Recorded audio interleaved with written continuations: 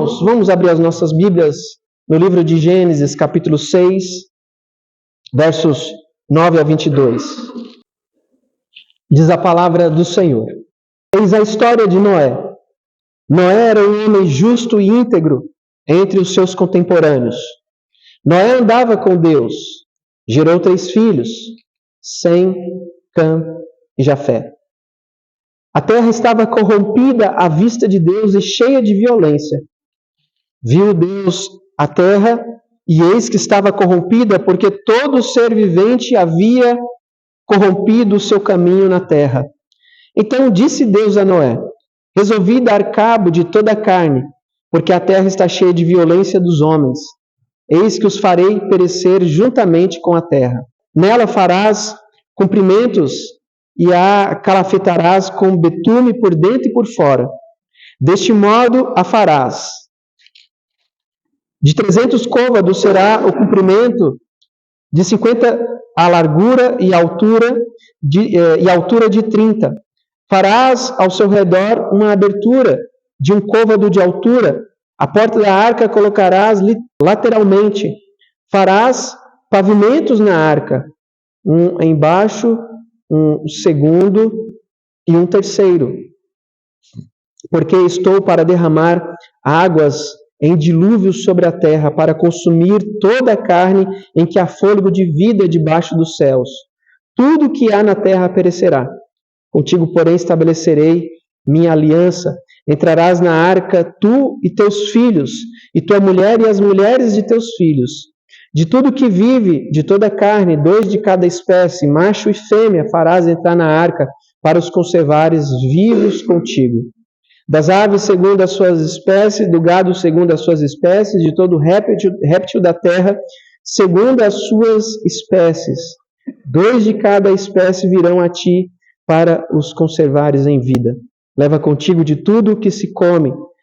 Ajunta-o contigo, ser-te-á para alimento, a ti e a eles. Assim fez Noé, consoante tudo o que Deus lhe ordenara. Meus irmãos queridos, primeiramente, a nível de introdução, deixe-me dizer 3 coisas acerca de toda essa história, esse contexto que nós lemos aqui sobre a Arca de Noé. Primeiro, que a narrativa do dilúvio, que está aqui descrito em Gênesis capítulo 6, versos 9 até o versículo 9, Gênesis 6, 9, depois no capítulo 9, verso 17, é uma parte muito importante da história que demonstra e abrange a redenção, fala acerca da redenção que nós encontramos nas Escrituras no Antigo Testamento. O dilúvio, a libertação de Noé, a libertação da família de Noé, a aliança que Deus faz com Noé, tem uma profunda relação com a salvação que nós encontramos em Jesus Cristo. Nós podemos perceber que tanto a história do dilúvio quanto a história da redenção na cruz estão ali intimamente ligados, porque os 2 relatos, as 2 narrativas têm muito a ver e nós vamos perceber isso. Muitos veem a história aqui do dilúvio apenas como Deus poupando Noé, poupando a sua família, poupando através daquela arca, através daquilo que Deus, a ordenança que Deus faz à humanidade e aos animais.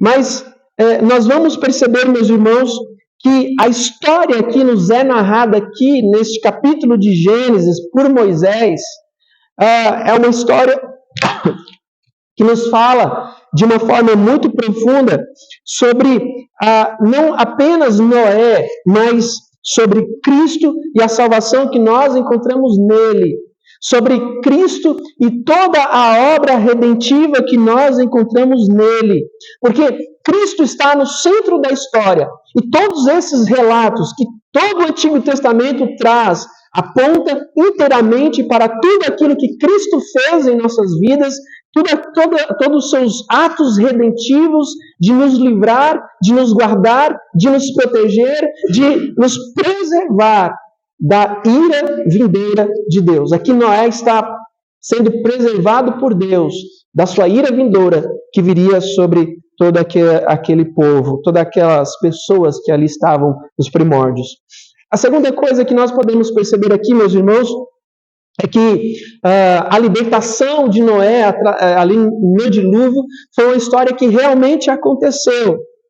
É bem claro e bem notório que muitas pessoas têm a história de Noé, assim como tem a história de Gênesis, como sendo uma fábula, como sendo algo que não aconteceu. Mas, de fato, a história de Noé e o dilúvio aconteceram de forma literal.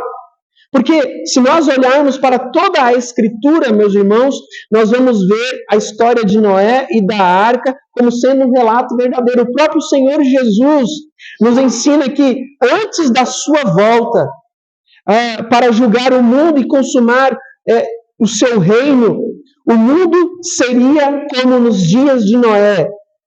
Porque, assim como foi nos dias de Noé, assim será nos dias do Filho do Homem. É o que nosso Senhor Jesus diz. Aquelas pessoas, conforme Lucas diz lá no capítulo 17, trazendo essa fala de Jesus ali naquele relato, ele diz que as pessoas estavam comendo, bebendo, se dando em casamento, até o dia que Noé entrou na arca. E aí então veio o dilúvio e destruiu a todos, e apenas Noé foi preservado. Jesus então viu a narrativa do dilúvio e ele atesta de que esta história é uma história real e verdadeira. Também é interessante observar, meus irmãos, que existem várias outras histórias antigas em diferentes civilizações que falam de um grande dilúvio que tinha vindo sobre a humanidade, do qual somente um homem e sua família tinham escapado a bordo de um barco. Há muitas histórias em diferentes civilizações, em diferentes continentes, que têm uma grande semelhança com a história de Noé e de tudo aquilo que aconteceu naquele momento. Uma das mais conhecidas é o relato chamado Relato de Gênesis e a epopeia de Gilgamesh, que tem origem na Babilônia, lá no ano de 1600, mais ou menos, perto da mesma época em que o livro de Gênesis foi escrito. Nesse relato, os deuses se reuniram em um concílio e resolveram destruir a humanidade através de um dilúvio por dois motivos. Primeiro, porque eles não queriam que a humanidade se espalhasse muito na terra.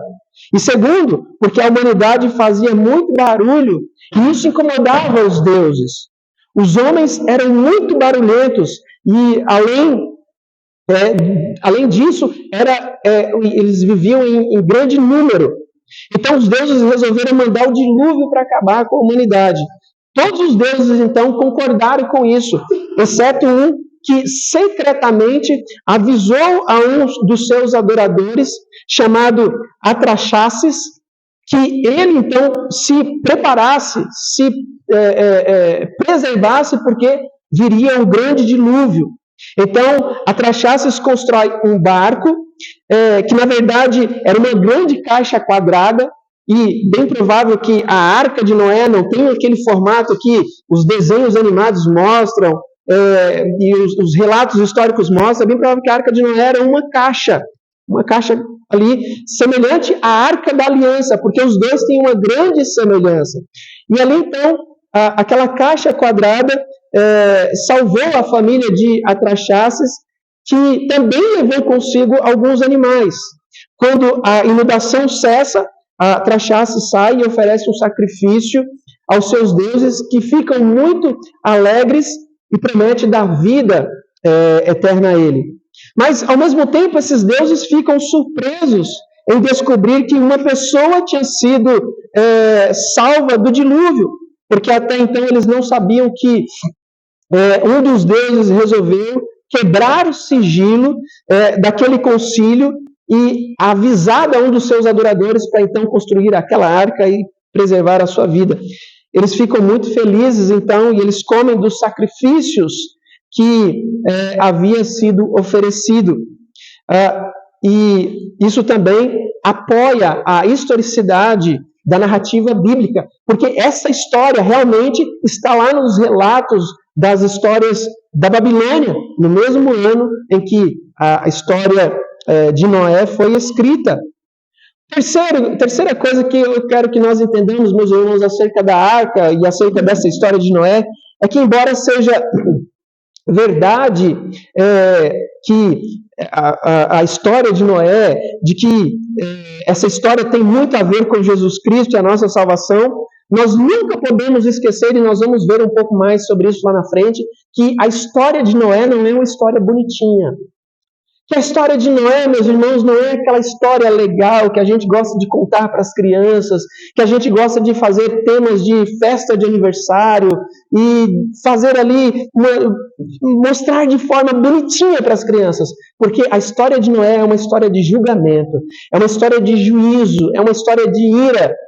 Na história, no relato daquilo que acontece com Noé, nós vemos Deus realizando o seu juízo sobre a terra e destruindo toda a humanidade como nunca aconteceu na história. Nós vamos ver um pouco mais sobre isso lá na frente. Mas então, olhando para essa história, olhando para esse relato, olhando para esse capítulo, meus irmãos, nós vamos perceber e ver aqui que Deus revela a sua misericórdia mesmo diante dos seus atos de juízo. Nós sempre vamos ver na Bíblia casos semelhantes a esse. Deus exercendo misericórdia mesmo no momento em que ele exerce o seu juízo.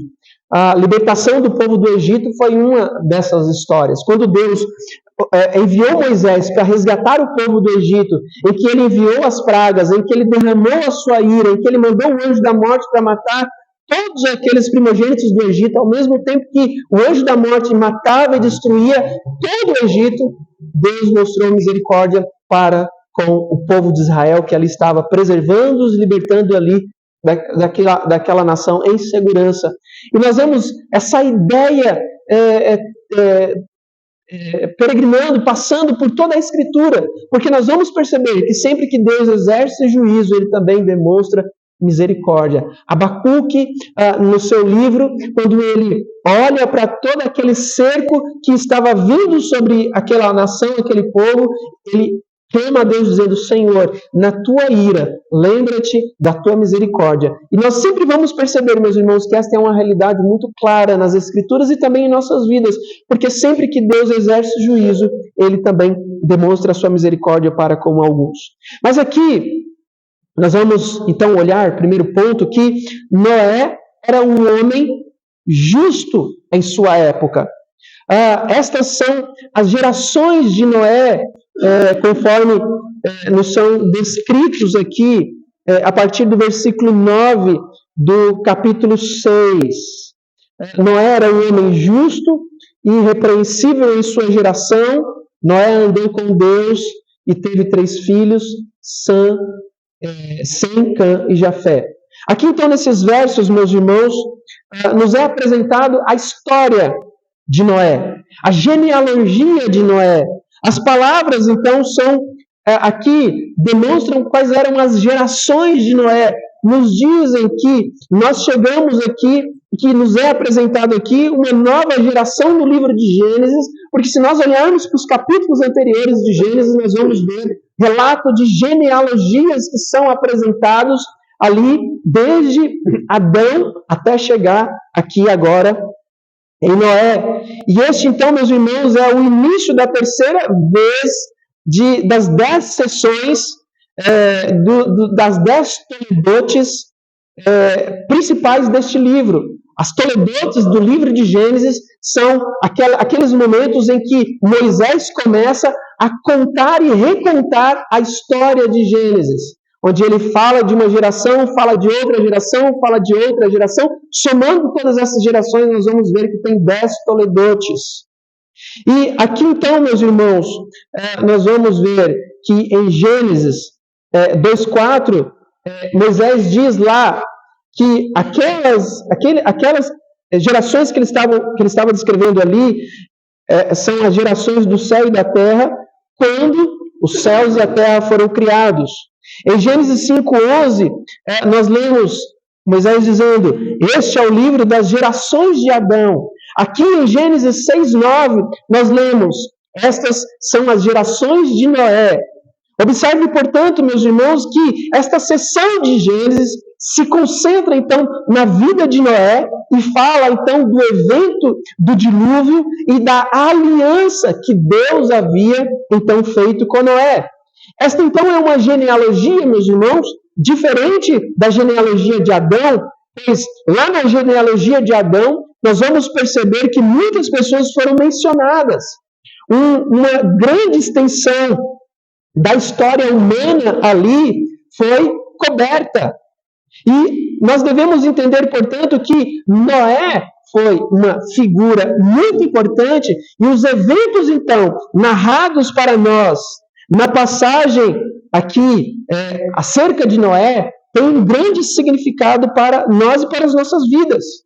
Aqui, então, no versículo 9, nós aprendemos que Noé era um homem justo e íntegro entre os seus contemporâneos. Entre todos ali, daquele contexto onde Noé vivia, Noé foi o único que achou graça diante do Senhor. Noé era um homem íntegro e justo. Por quê? Porque Noé, conforme o versículo 9 diz, andava com Deus.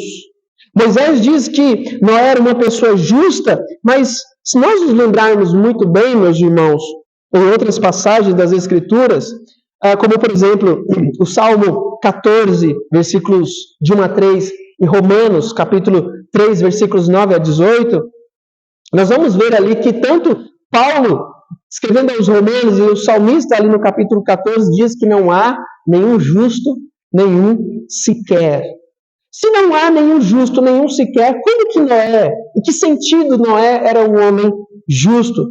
Então, para entender esse dilema, nós precisamos distinguir entre as duas maneiras pelas quais a Bíblia fala de justiça.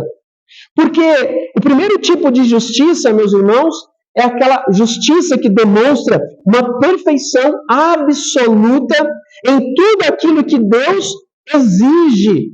Uma perfeição que está relacionada a tudo aquilo que redunda na glória de Deus. E somente aqueles que sempre obedecem restritamente à lei de Deus, em pensamento, palavras e ações, é que possuem tal justiça. Mas aí vem a pergunta: quem é justo então? Se o justo é aquele que obedece restritamente, completamente à lei de Deus, em pensamentos, palavras e ações, então quem é justo? Dos homens, nenhum. Ninguém é justo. Mas somente Cristo, meus irmãos, é quem atinge este nível e este padrão de justiça. Nenhum homem nesse mundo caído possui esse padrão de justiça. Somente Cristo cumpre este padrão. Somente Cristo é perfeitamente justo, correto e íntegro em todas as coisas. Então, a primeira ideia de justiça está naquela justiça perfeita que pertence somente a Cristo. Então, somente Cristo é justo. E quando nós confiamos somente em Jesus, somente nos méritos de Jesus que são imputados em nossa conta, e é então que somos justificados aos olhos de Deus. A justiça de Cristo, que é perfeita, que é real, que é absoluta, nos cobre. E ela, então, nos torna aceitáveis diante de Deus. Não há nenhum justo, de fato, nenhum sequer. Mas nós que não somos justos, nós somos justificados por aquele que é justo, que é Cristo Jesus. O segundo tipo de justiça é aquela justiça, então, que resulta em nossa santificação. Mesmo que nós não pratiquemos perfeitamente a lei de Deus nesta vida, aqueles que foram justificados, eles são justificados para viverem em retidão, para viverem em santidade. Estes, então, são aqueles que darão frutos santos, são aqueles que amarão a Deus e ao próximo. Este, então, meus irmãos, é o tipo de justiça que Noé possuía, porque Noé era um homem que andava com Deus.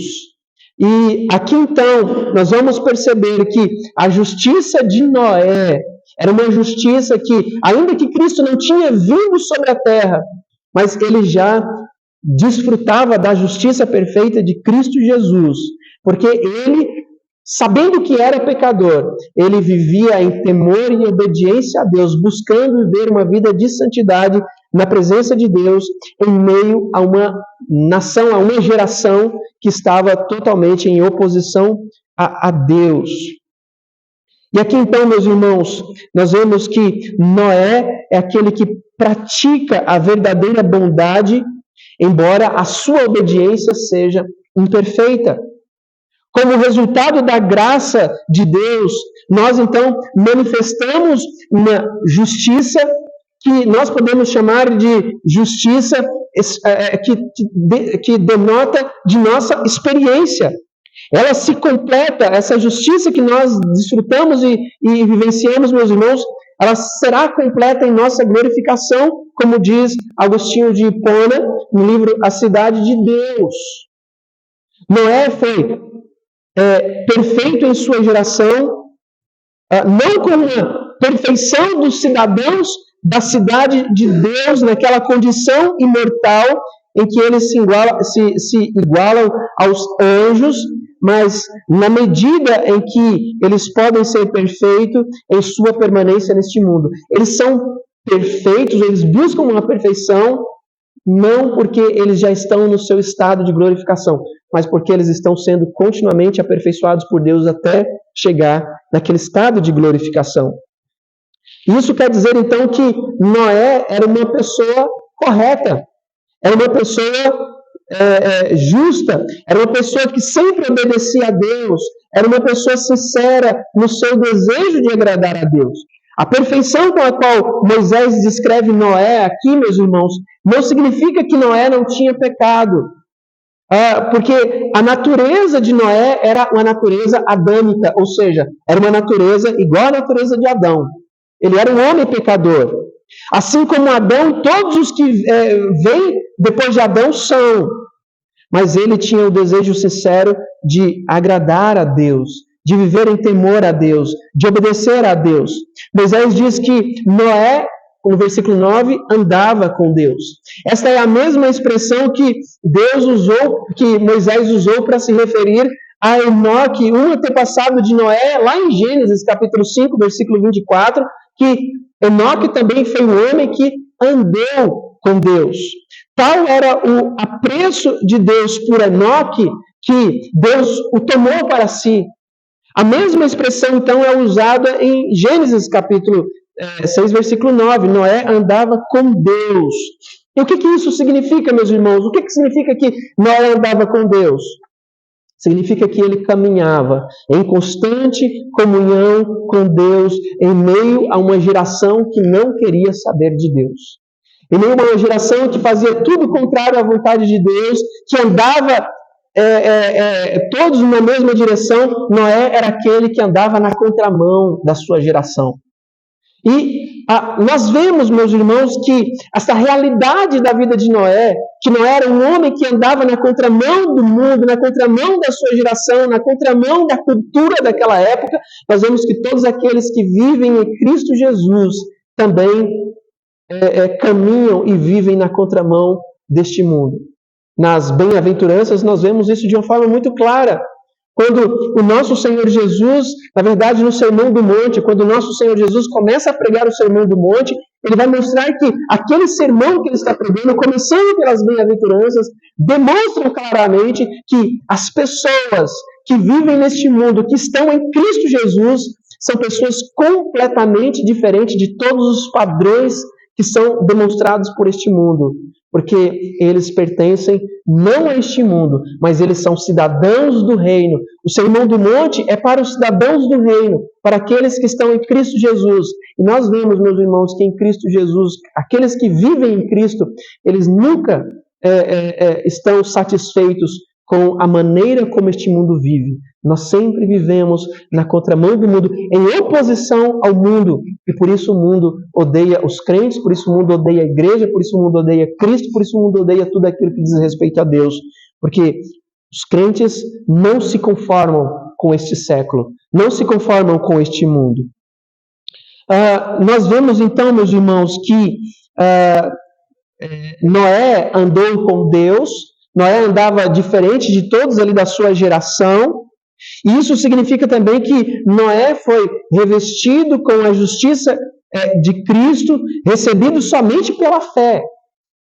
Hebreus capítulo 11, versículo 7, deixa isso muito claro quando diz que pela fé, Noé, divinamente instruído acerca de acontecimentos que ainda não se viam, e sendo temente a Deus, aparelhou uma arca para a salvação de sua casa, pela qual condenou o mundo e se tornou herdeiro da justiça que vem pela fé.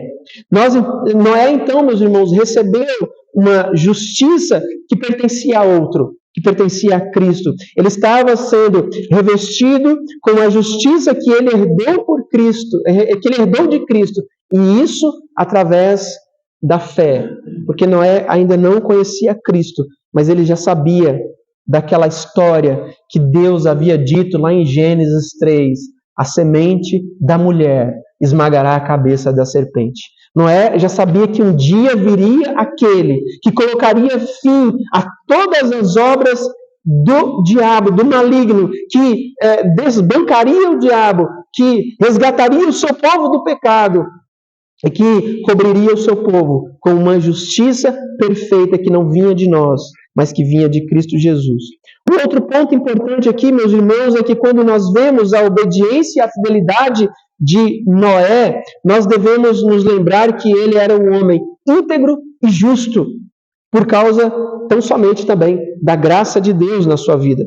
Não foram as obras de Noé, meus irmãos, que o preservou do julgamento, assim, ele e sua família, mas foi a graça de Deus, porque versículo 8 do capítulo 6 diz que Noé achou graça diante de Deus. Nós podemos perceber então, meus irmãos, que a salvação ela sempre foi pela graça, por meio da fé, não de obras, mas foi realizada por Cristo Jesus. Somente a graça de Deus pode explicar o fato de um homem ser transformado, ser salvo em meio a uma nação, a uma geração que está em completa desobediência a Deus. E isso fica mais evidente quando Moisés nos relata que uma das primeiras coisas que Noé fez depois do dilúvio foi ficar bêbado. Isso já mostra claramente que Noé não era um homem perfeito.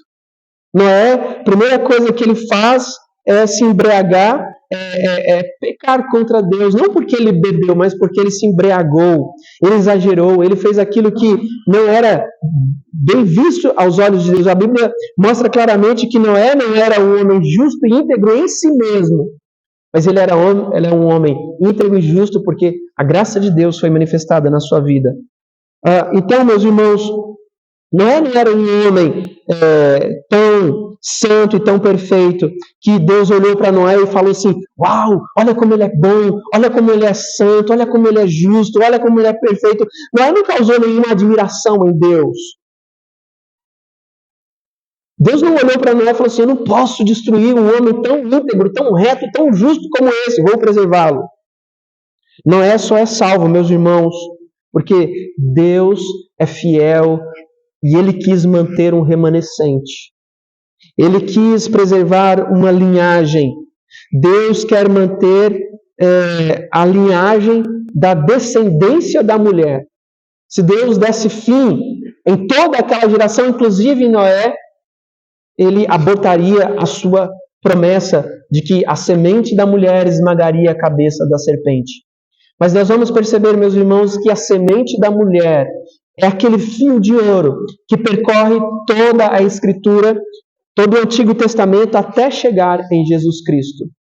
Até chegar em Jesus Cristo, nós vamos ver que esta semente da mulher é preservada. E mais do que isso, meus irmãos, nós vamos perceber que a semente da mulher, que os descendentes de Jesus são as piores pessoas que nós podemos imaginar. Como, por exemplo, Raabe, a prostituta. Deus, ele usa as piores pessoas para que delas ele possa trazer Jesus Cristo a este mundo. E isso demonstra claramente a graça e o cuidado de Deus em preservar esta semente. Noé é um exemplo daquilo que o Senhor Jesus Cristo ensinou muitos anos depois. Aquele que me ama, este guarda os meus mandamentos. Nós não vemos Noé, meus irmãos, na sua caminhada, chamando a atenção para si, falando muito, mas nós vemos Noé cumprindo fielmente a palavra de Deus no momento em que Deus ordena para que ele cumpra, e cumprindo aquilo que Deus o chamou para fazer. Nós vemos o cuidado profundo da parte de Noé em fazer tudo conforme a palavra do Senhor, ao preparar aquela arca exatamente como Deus disse que tinha que ser preparado, como Deus disse que tinha que ser feito. Um homem que estava em meio a uma geração totalmente corrompida, que vivia em um clima completamente seco, que não havia chuva, porque se vocês lerem de forma mais constante e profunda o livro de Gênesis, vão perceber que até o dilúvio não havia chovido ainda sobre a terra. A primeira chuva que acontece, meus irmãos, é o dilúvio. Porque, geralmente, para que a vegetação pudesse nascer, crescer e produzir alimentos, descia uma neblina dos céus, molhava a terra constantemente. Aquela neblina é que fazia com que a terra gerasse os seus frutos. Até o dilúvio não havia chovido.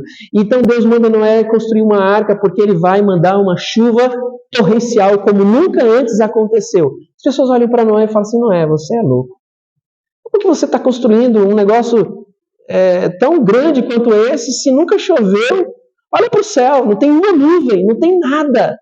E você está dizendo que vai chover, que vai destruir tudo, não só chover, mas a chuva vai cair, vai inundar toda a terra.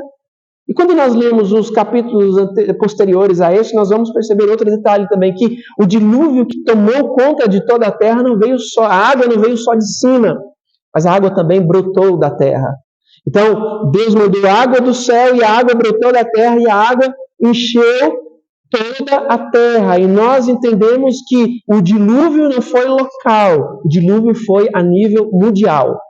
Todo mundo foi tomado por toda aquela chuva torrencial e em todo o mundo, somente Noé, sua família e uma espécie de cada animal foram preservados. Isso porque Noé andava com Deus, confiou em Deus, descansou em Deus, viveu debaixo da graça de Deus, temeu a Deus, obedeceu mesmo quando ninguém obedecia. Cumpriu a vontade de Deus mesmo quando todos olhavam para ele e diziam: você é louco, o que você está fazendo não tem sentido nenhum. Meus irmãos, por isso que Jesus diz que nos dias do Filho do Homem será semelhante como nos dias de Noé. As pessoas simplesmente não acreditam. Quando a gente diz: Jesus vai voltar, Jesus está voltando, prepare-se, em breve o Senhor voltará em poder, glória e majestade para buscar a sua igreja. As pessoas vivem como se não existisse amanhã. Elas comem, bebem, elas casam e se dão em casamento. Elas não estão preocupadas com isso. Elas não estão preocupadas com esta realidade de juízo final. Mas a grande verdade, meus irmãos, é que Ele voltará. Ele virá em poder, glória e majestade para buscar a sua igreja e para colocar fim em todos os seus inimigos. Segunda coisa que nós vemos aqui, meus irmãos, é o contraste do caráter santo de Noé com a iniquidade dos seus contemporâneos, nos versos 11 a 13. Diz assim: a terra estava corrompida à vista de Deus e cheia de violência. Viu Deus a terra e eis que estava corrompida, porque todo ser vivente havia corrompido o seu caminho.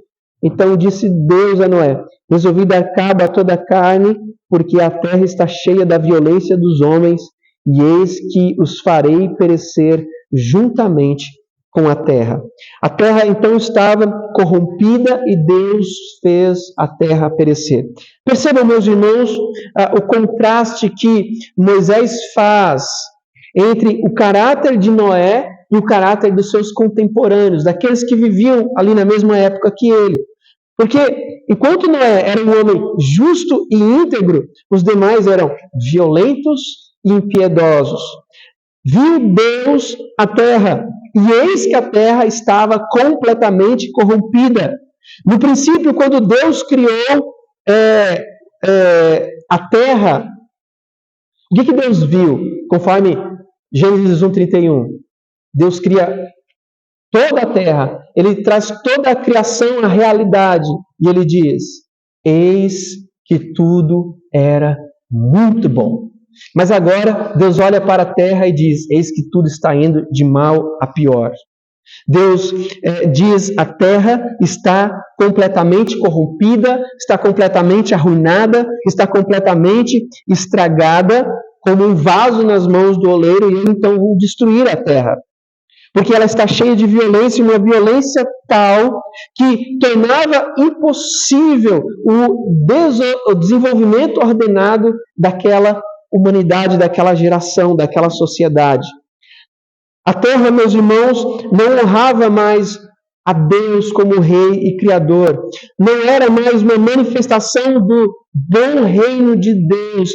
Deus se desgostava ao ver a corrupção da sua bela criação.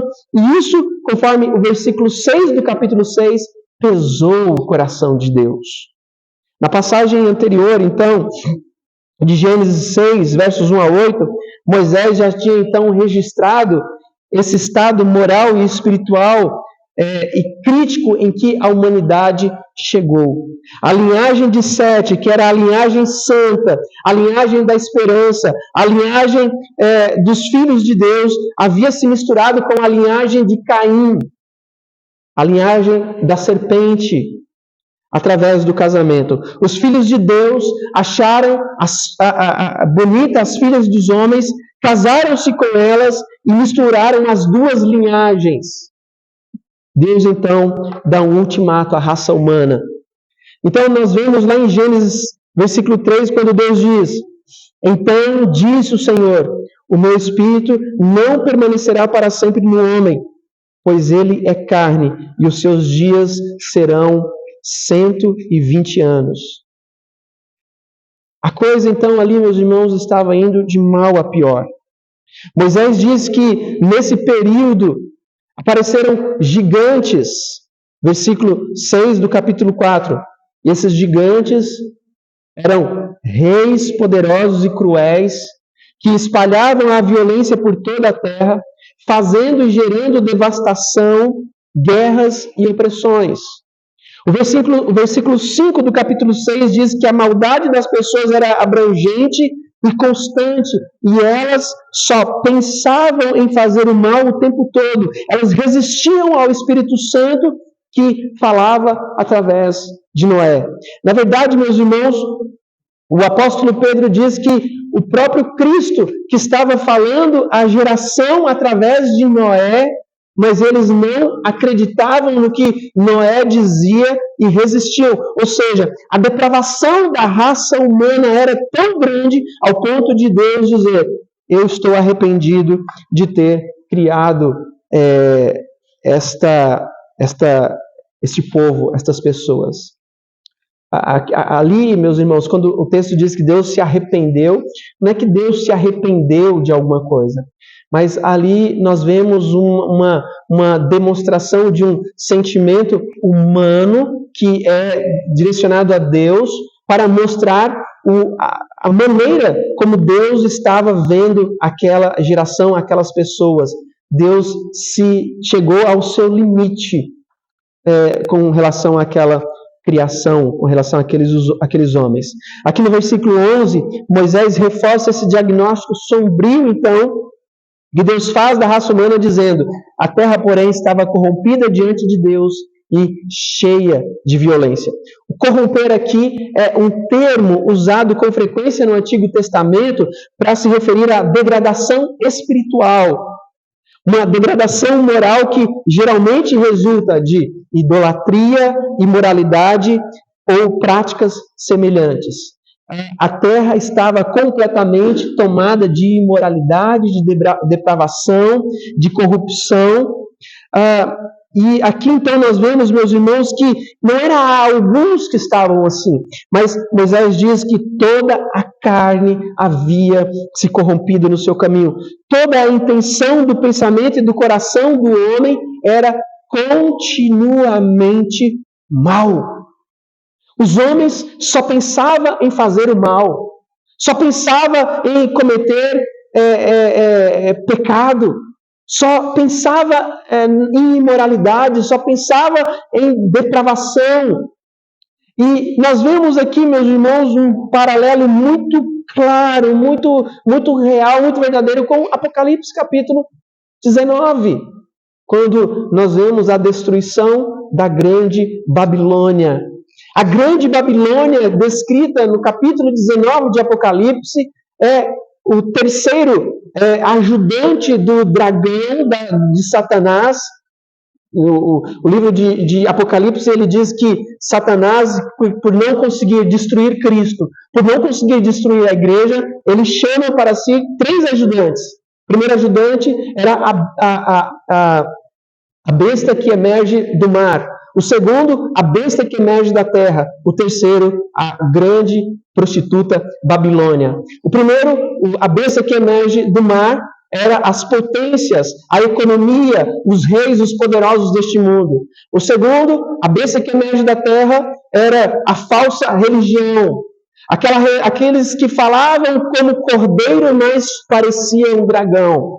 O terceiro era a grande meretriz, a grande Babilônia, que é a soma de todos os prazeres, é a soma de todos os desígnios maus dos homens, é a soma do luxo e da luxúria do mundo.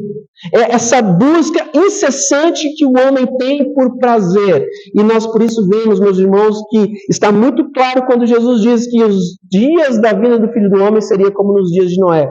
Porque nós vemos esta realidade muito clara. Porque o homem, nos nossos dias, semelhante aos dias de Noé, eles estão corrompidos em todos os seus caminhos, em toda a sua realidade. E, portanto, nós vemos aqui, então, meus irmãos, que este comportamento humano dos nossos dias, semelhante aos dias de Noé, é um comportamento humano depravado e característico de um homem caído. Esse era o olhar, então, que Deus tinha da terra naquele tempo. Deus viu que a terra estava corrompida, mas as próprias pessoas que nela viviam achavam que estava tudo bem.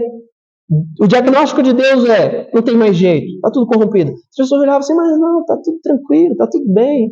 Elas viviam seus dias normais, acordavam cedo, trabalhavam até tarde, voltavam para casa, chegava o fim de semana, reuniam os amigos, faziam festas, saíam, iam para as noitadas, bebiam, se envolviam com todo tipo de coisa. Na segunda-feira, dormia, acordava segunda-feira, trabalhava segunda, terça, quarta, quinta, sexta, e assim viviam os seus dias. Mas Deus diz que tudo estava completamente corrompido. Mas eles pensavam, não, tudo está muito bom. Eles faziam tudo aquilo que eles tinham que fazer.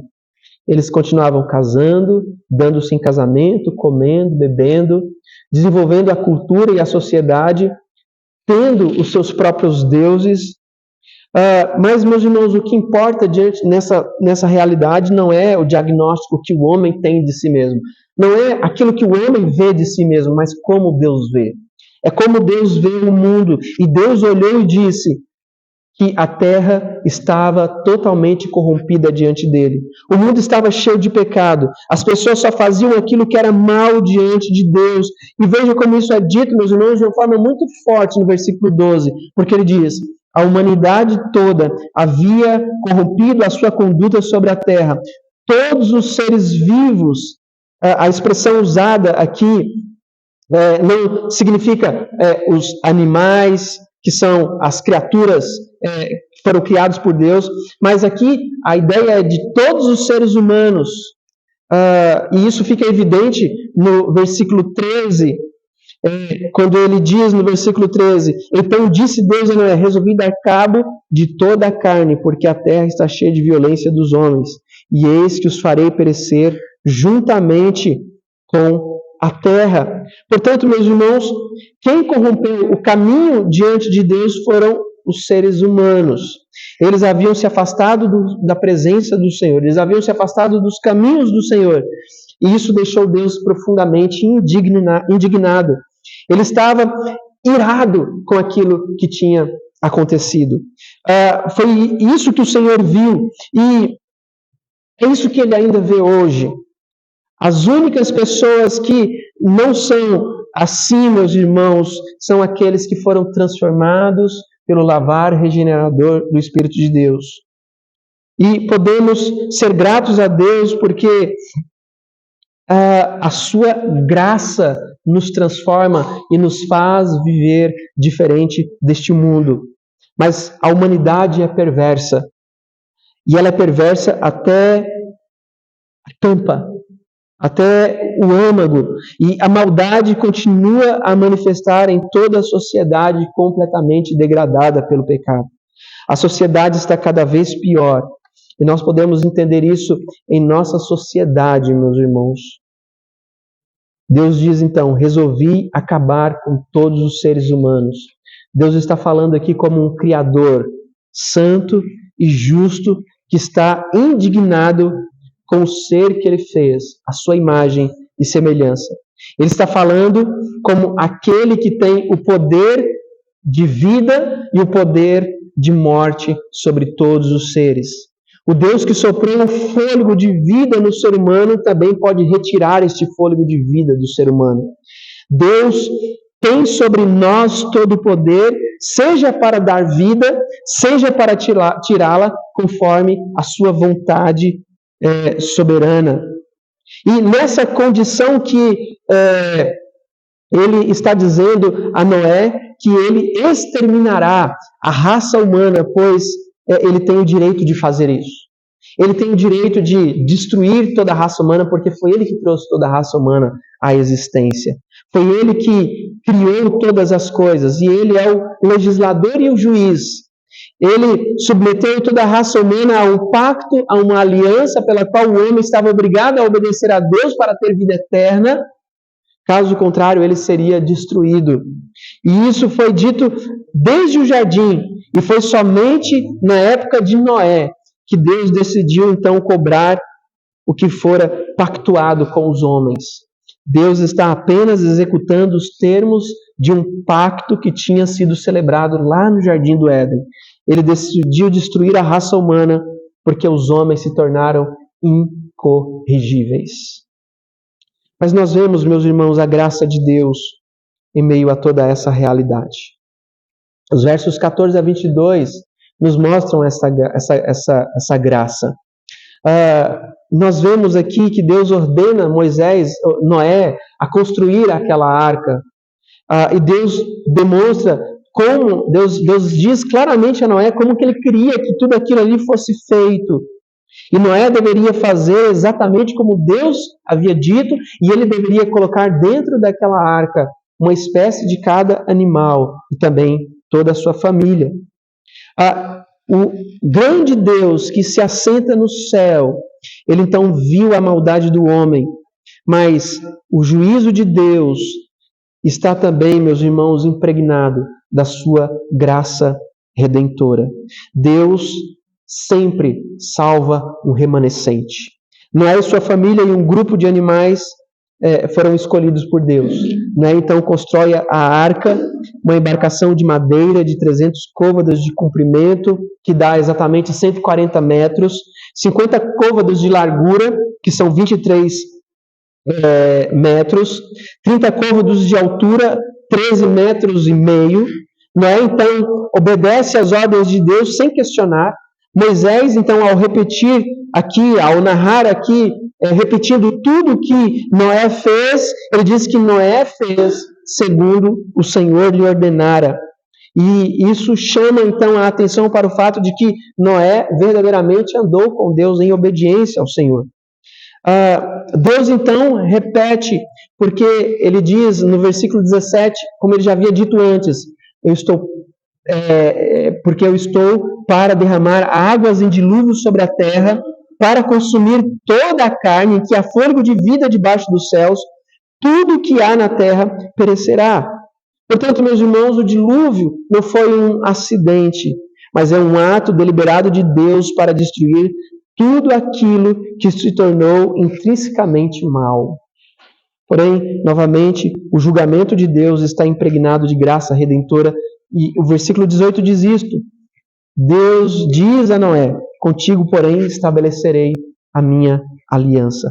É a primeira vez que a palavra aliança, então, aparece no livro de Gênesis, muito embora o conceito não fosse estranho para Noé, pois ele sabia da aliança que Deus havia feito com o homem lá no jardim. Ainda que não tinha ali uma palavra aliança, Deus dizendo: olha, essa é a minha aliança com você, Adão.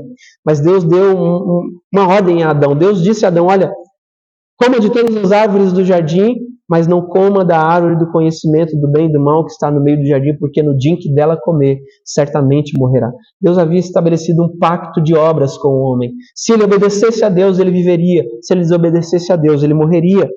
Mas agora, então, ele diz claramente que ele está fazendo uma aliança, um pacto com Noé. E Noé, então, tinha que acatar e obedecer a Deus neste pacto. Noé estava consciente dessa realidade. E aí, então, nós vemos que, em obediência a esse pacto, Noé prepara esta arca do jeito que Deus tinha, e Deus, então, envia o dilúvio. Mas, meus irmãos, mais uma vez, a gente vê que não foi fácil para Noé construir aquela arca em meio a todo aquele povo, em meio a toda aquela geração corrompida em que ele vivia. Porque Noé tinha ali um povo que não acreditava naquilo que ele estava fazendo. Noé, aquela geração não fazia a mínima ideia: olha, não é isso, é mentira, Deus não vai fazer nada disso. Mas Deus preserva Noé e a sua família, porque Noé iria dar continuidade à aliança que Deus fez com Adão no jardim. Deus estabelece com o jardim, com Noé, um relacionamento especial de aliança, e ele promete preservar a vida de Noé no versículo 20, de sua família e de todas as criaturas que estavam na arca. Deus então faz uma lista detalhada das criaturas que deveriam entrar na arca. Aqui nós vemos que era um casal de cada espécie de animais: Noé, a esposa de Noé, os filhos de Noé e as esposas dos filhos de Noé. De tudo que vive na terra deveria entrar na arca. Das aves, segundo as suas espécies, do gado, segundo as suas espécies, do réptil, segundo as suas espécies. 2 de cada espécie virão a ti para conservares em vida. Perceba, Noé não foi atrás dos animais. Noé não andou pelas matas procurando as onças, os leões, os elefantes. Deus mandou cada espécie, cada casal ali de espécie de animais irem até a arca. É semelhante quando Deus coloca todos os animais diante de Adão para que Adão dê nome àqueles animais. Adão não foi atrás deles chamando: vem cá, juntou tudo ali e começou a dar nome. Da mesma forma acontece aqui. Deus manda Noé construir a arca, Noé com a arca pronta, ali então Deus leva cada um daqueles animais até a arca. Mas, meus irmãos, como eu disse, Gênesis 6, nós temos aqui o registro divino do julgamento mais severo que já caiu sobre o mundo. Uma calamidade como nenhuma outra que já aconteceu. Aqui nós vemos que aquilo que aconteceu ali no dilúvio nunca mais aconteceu neste mundo. Uma calamidade como nenhuma outra. E a paciência de Deus se esgotou.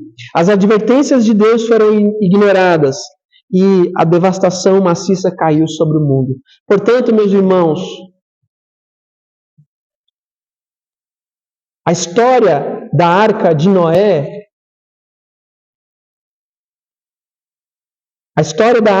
não é uma história bonitinha, mas é uma história de ira, é uma história de juízo, é uma história de julgamento. Não adianta nós acharmos que olharmos e falarmos, olha que bonitinho, contar essa história para as crianças de uma forma leve e suave. Porque Deus, naquele momento, colocou fim a toda a humanidade. Deus derramou a sua ira justa sobre toda a humanidade. Deus demonstrou graça na vida de Noé, mas toda a raça humana ali, com exceção de Noé e seus filhos, foram completamente destruídos. Mas em meio à ira e o juízo de Deus, Ele demonstra graça, Ele demonstra cuidado, assim como será na vinda de Jesus Cristo. Deus tem um remanescente, Deus tem um povo, Deus tem aqueles que foram guardados em Cristo Jesus. Por isso que a Arca de Noé é um tipo, é algo que aponta para Cristo, porque a Arca é o meio de salvação para Noé e toda a sua família. Cristo é o meio de salvação para todos aqueles por quem Ele morreu e deu a sua vida na cruz. Em Cristo Jesus, meus irmãos, nós estamos seguros, mesmo quando o Senhor colocar fim em todo este mundo. E haverá este dia chegará, o dia do grande juízo de Deus, o dia em que Deus acertará as contas com seus inimigos. E o capítulo 19 de Apocalipse, como nós temos estudado, meus irmãos, nos mostra isso de uma forma muito clara. Nos mostra que naquele grande dia, quando Jesus Cristo vier em poder, glória e majestade, não haverá uma batalha de dois exércitos, do exército celestial contra o exército inimigo. Não haverá uma batalha de Cristo contra Satanás, contra o dragão, contra o anticristo, contra a besta e tudo mais. Não. Haverá um massacre, porque Cristo, com os seus pés de bronze, pisará e destruirá todo o seu inimigo. Destruirá a grande Babilônia, destruirá os reis, destruirá os mercadores, destruirá os servos, destruirá os pequenos e os grandes. Todos aqueles que não têm parte com Cristo Jesus será completamente destruído por Cristo. Porque enquanto ele acerta as suas contas com os seus inimigos, a sua igreja, a sua noiva, estará com ele no alto dos céus. E o capítulo 19 de Apocalipse, então, nos mostra que há uma festa nos céus, porque a noiva comemora ali as bodas do Cordeiro, o casamento de Cristo com a sua igreja. E aí então Cristo vem com seus salvos, Cristo vem com a sua igreja, Cristo vem cercado com sua miríades de anjos, e Ele, com o poder da sua voz, colocará fim neste mundo e nos seus inimigos. As pessoas, elas vivem achando que esse dia nunca vai chegar, que isso nunca vai acontecer. Mas, meus irmãos, assim foi nos dias de Noé. O relato aqui que nós vemos de Noé, meus irmãos, nos mostra esta verdade. Mas nós podemos, como igreja do Senhor, ficarmos tranquilos, seguros, em temor e obediência a Deus. Porque Noé foi um homem que temeu e que obedeceu a Deus. Foi um homem que andou com Deus. Foi um homem que descansou em Deus. Foi um homem que ouviu a voz de Deus e colocou aquilo que Deus tinha em ação. Mas aqui está, meus irmãos, a grande realidade que deve ser vivenciada pela igreja do Senhor. Não podemos achar nós que Deus nos preservará se nós simplesmente participarmos algumas vezes dos cultos, frequentarmos a igreja de vez em quando, fazer aquilo que a gente acha que deve ser feito, que é certo, viver uma vida moral ou moralmente correta. Porque não é só isso, meus irmãos. É uma vida de temor, entrega e obediência. É saber que nós estamos em Cristo Jesus e aqueles que estão em Cristo Jesus devem andar como Ele andou. Deve viver como Ele viveu. Deve andar segundo os seus ensinos. Deve andar segundo os seus decretos. Deve andar segundo a forma como Ele estabelece em sua palavra. Nós devemos obedecer a Deus em todas as coisas, porque nós estamos em uma aliança com Cristo. Nós estamos debaixo de uma aliança que vimos hoje pela manhã, uma aliança da graça. A aliança que foi estabelecida com Cristo e que nos alcançou, que nos afetou e que nos transformou. E por estarmos nesta aliança, meus irmãos, nós sabemos que neste dia de juízo que virá sobre este mundo, os eleitos do Senhor, eles não serão julgados, eles não serão condenados, porque Cristo já foi julgado no seu lugar, porque Cristo já foi condenado em nosso lugar. Deus não nos julgará duas vezes, Deus não nos condenará, porque não há condenação para aqueles que estão em Cristo Jesus, mas nós estaremos na presença do Senhor gloriosa, para recebermos das mãos do Senhor a nossa herança imperecível, incorruptível, que está reservada para nós nos céus. Isso é uma bênção para as nossas vidas, meus irmãos. Por isso nós devemos viver os nossos dias com esta grande expectativa. Acordar cada manhã e pensar, será que hoje o Senhor vem? Porque nós já vivemos em um mundo que está quase parecido com os dias de Noé. E é como se o mundo fosse cometendo mal, cometendo iniquidade, cometendo imoralidade, cometendo. É como se aquilo fosse se tornando uma grande panela de pressão, fosse chegando a um ponto, até chegar ao limite em que Deus fala assim, chega, agora não dá mais. Agora acabou. E este momento está para chegar. Mas aqueles que estão em Cristo estão guardados e preservados. Aqueles que lavaram as suas vestimentas no sangue do Cordeiro, estes desfrutarão da presença eterna, maravilhosa, gloriosa do Senhor. Vivamos neste mundo, meus irmãos, como peregrinos, sabendo que estamos neste mundo, mas não pertencemos a Ele. Nós pertencemos a Cristo, nós pertencemos à pátria celestial, nós pertencemos ao reino de Deus e logo mais nós estaremos com Deus, desfrutando completamente de todas as realidades deste reino maravilhoso. Que Deus nos abençoe. Vamos ficar de pé, meus irmãos.